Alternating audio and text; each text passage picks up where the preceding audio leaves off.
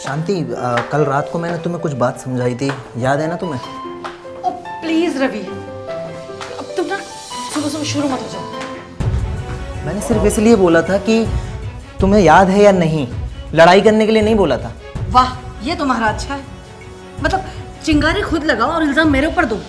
देखो मालती, मैं अपने हंसते खेलते घर को बर्बाद होते हुए नहीं देख सकता, इसलिए कह रहा हूँ।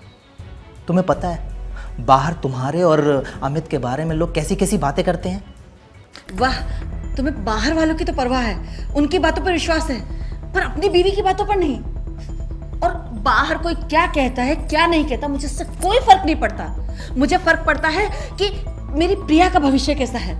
अरे अमित को इसीलिए तो मैंने उसका ट्यूशन टीचर अपॉइंट किया है, ताकि उसका भविष्य सुंदर बन सके। तुम्हें क्या लगता है मुझे अपनी बेटी की परवाह नहीं है?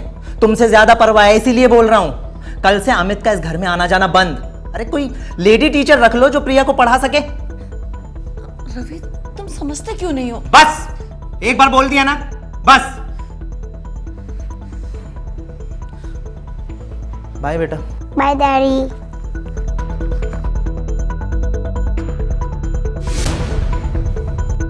मैं भी देखती हूँ कि तुम कैसे अमित का आना बंद करते हो। देखा दोस्तों, किस तरह से रवि ने कोशिश की शांति को समझाने की, अपने घर का माहौल सुधारने की, लेकिन शांति तो कुछ समझने को तैयार ही नहीं है, ना कुछ सुनने तैयार है। आखिर क्यों? देखते हैं आगे की कहानी। क्या कर रहे हो मेरे बच्चा? अच्छे से पढ़ो, अभी सर आते ही होंगे ना। Very good. A for apple, B for जोर से बोलो मेरे बच्चा। शाबाश। हाय। ये हाय वाय छोड़ो, मुझे तुमसे अर्जेंटली बात करनी है। बहुत टेंशन में, मैं बेडरूम में इंतजार कर रही हूँ, तुरंत आओ।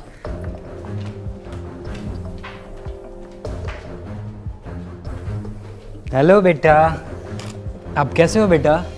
पढ़ाई कर ली? ये पढ़ा तुमने? A for apple, B for ball.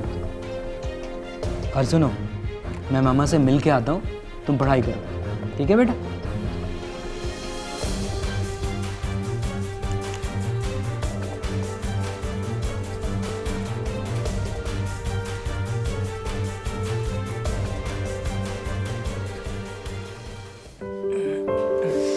Amit छोड़ो मुझे, मैं इस वक्त बहुत टेंशन में हूँ। तुम्हारी सारी टेंशन दूर कर दूंगा और रोमांस के बाद।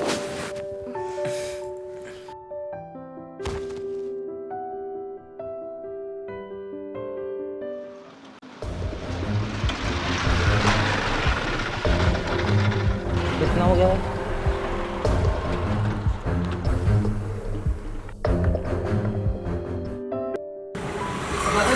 हाँ बैठिए। अरे लगता है वो साहब ने छोड़ दिया। एक काम करो, बैठो आप, मैं आपको छोड़ती हूँ।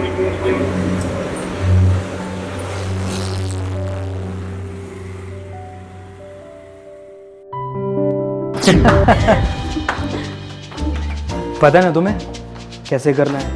हाँ बाबा, तुम चिंता मत करो, तुमने जैसा कहा है सब कुछ वैसा ही होगा।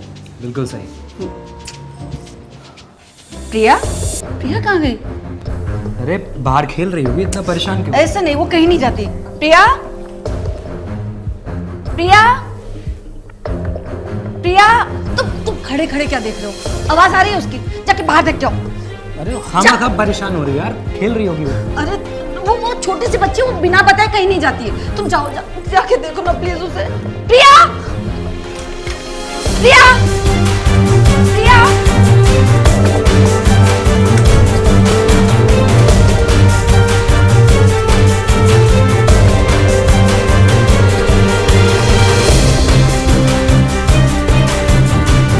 प्रिया, प्रिया।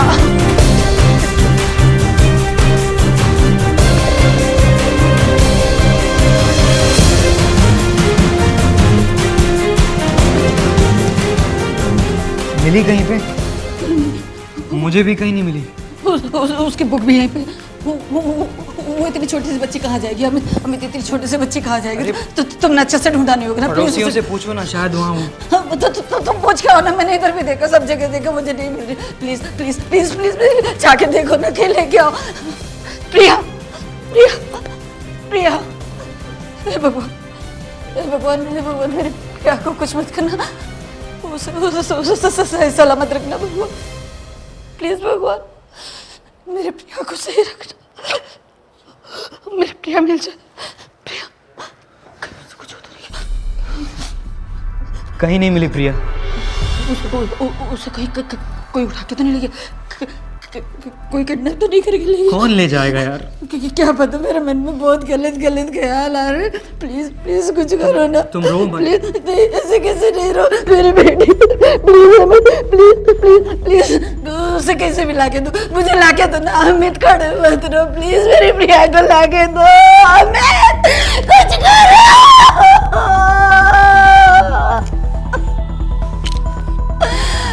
प्रिया, देखा आपने, जब शांति और विजय एकांत पलों से बाहर आते हैं तो उसकी बेटी प्रिया को घर में नहीं पाते। आस पड़ोस में ढूंढने के बावजूद प्रिया उनको नहीं मिलती। प्रिया कहां चली गई, कहां गायब हो गई, कुछ पता नहीं। कहीं शांति या विजय ने मिलकर कोई घटना को अंजाम तो नहीं दिया? यस, प्रिया को गायब करने में इन दोनों का हाथ तो नहीं है। आइए देखते हैं आगे की कहानी।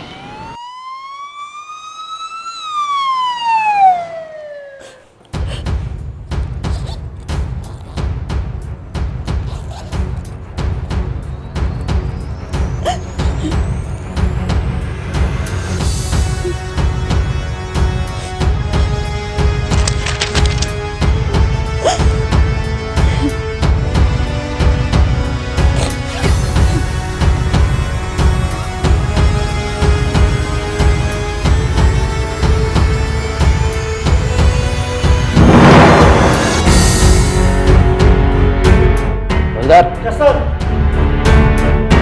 पूरे घर की तलाशी लो। Okay sir.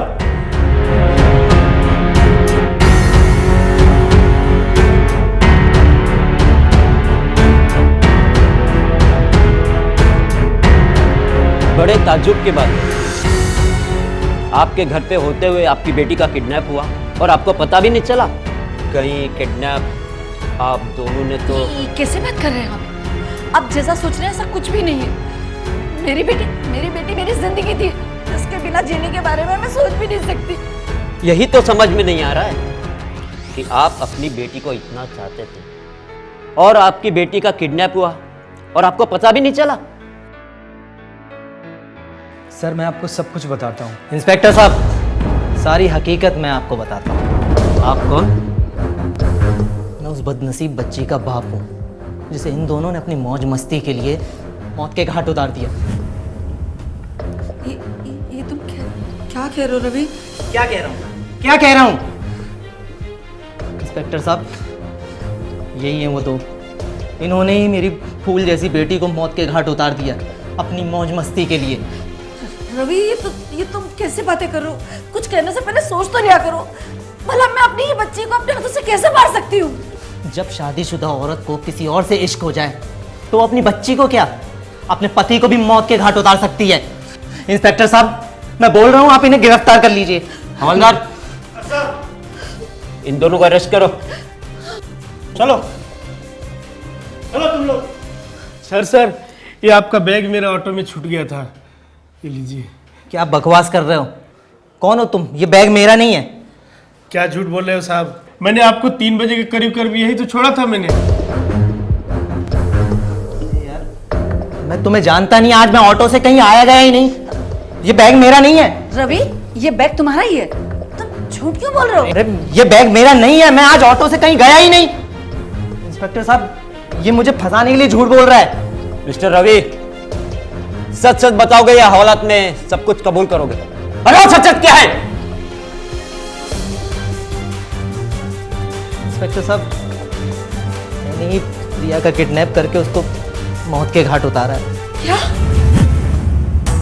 तुमने मेरी प्रिया को मारा?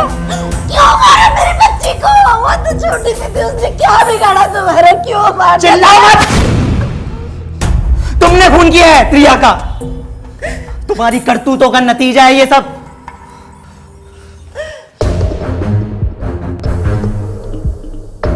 आखिर तुमने अपनी बच्ची का खून क्यों किया?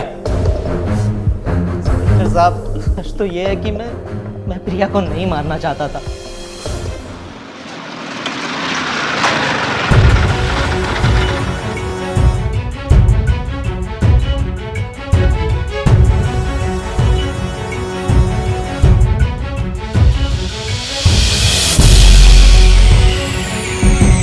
क्या करो, छोड़ो ना। अरे सच में जब तुम मेरे साथ होते हो ना, हर एक लम्हा बहुत खूबसूरत हो जाता है। अब मैं तुम्हारे बिना नहीं जी सकती। तुम मुझे छोड़कर तो नहीं जाओगे ना? कभी नहीं जान, मैं भी तुम्हारे बिना बिल्कुल नहीं जी सकता। यही हाल तो मेरा भी है। पर अब रवि को कैसे समझाऊं? क्या बोला रवि ने? वो कह रहा है कि आज के बाद से अमित का घर में आना बंद, और प्रिया के लिए कोई लेडी टीचर ढूंढ लो। ऐसा क्यों बोला रवि ने? वो बोल रहा है कि मोहल्ले वाले तुम्हारे और मेरे बारे में कुछ गलत सलत बातें कर रहे हैं, जो उसे बर्दाश्त नहीं हो रही है, इसलिए तुम्हारा आना बंद करना पड़ेगा। जान, आज की रात ना रवि का काम तमाम कर दूंगा, और फिर हम तुम चलेंगे बहुत दूर, साथ में रहेंगे और जिंदगी बसर करेंगे। सच? तुम मुझसे इतना प्यार करते हो? सच।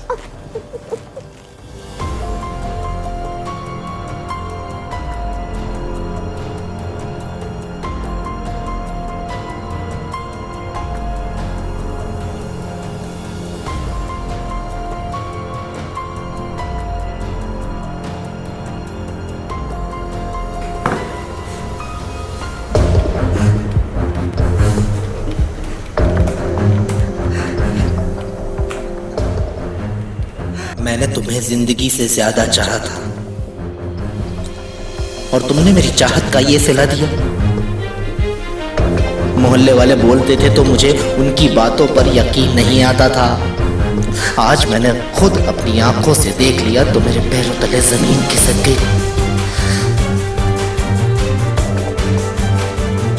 तुमने मेरे साथ धोखा किया है, मैं ये कभी बर्दाश्त नहीं कर सकता।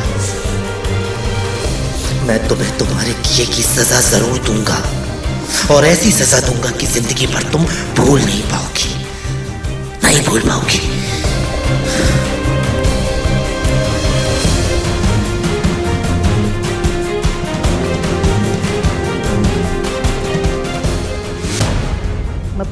मैं गुस्से में पागल हो गया था, तभी मैंने फैसला किया कि मैं प्रिया को किडनैप कर लूंगा और उसे मौत के घाट उतार दूंगा, और शांति और अमित फंस जाएंगे। मगर मेरी छोटी सी गलती की वजह से आज मैं कानून की गिरफ्त में आ गया। माना कि तुम्हारी बीवी तुम्हारे से गलत कर रही है, मगर जब तुमको प्लान का मालूम पड़ा तो तुम्हें कानून का सहारा लेना चाहिए, ना कि अपनी बच्ची को मौत के घाट उतार देना चाहिए। और आज तुम जैसी औरतों की वजह से बहुत से घर बर्बाद हो चुके हैं। सजा के हकदार तुम दोनों भी हो। हवलदार, ले चलो इन्हें। चलो आप लोग।